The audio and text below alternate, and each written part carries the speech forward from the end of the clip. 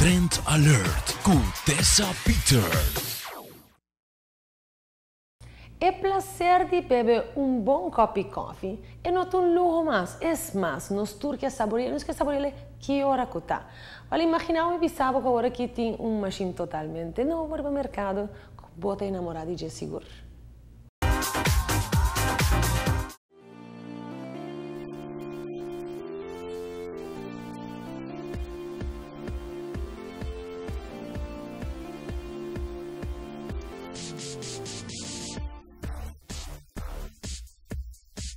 Sweetwater está orgulhoso para introduzir uma linha de coffee novo no mercado de Aruba, qual está Lavazza. Lavazza é uma linha italiana, desde 1800 não existe. É um family-owned business.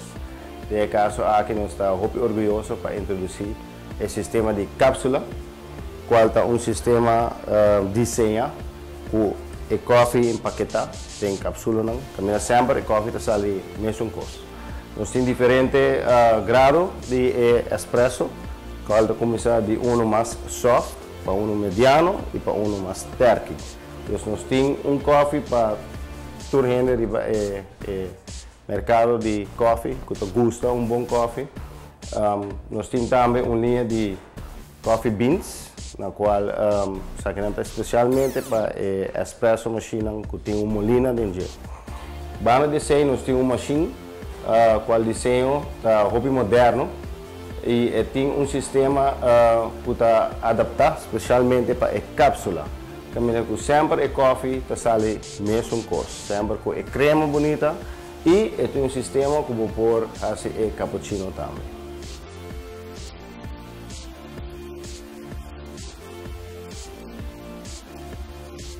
Nós temos aparato aqui, qual está um desenho adequado para todo tipo de oficina, tienda e para casa.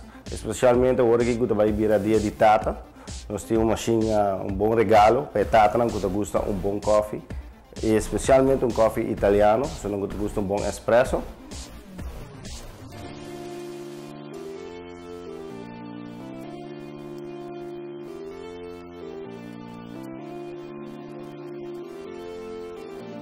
Nós invitamos para passar na Smith & Douglas, que é feita em La Salle Estrada 30.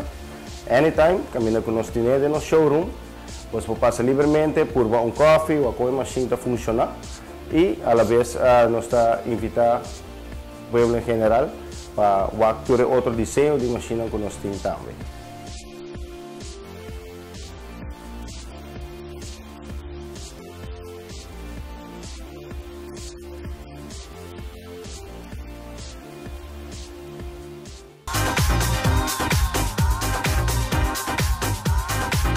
Trend Alert com Tessa Peter.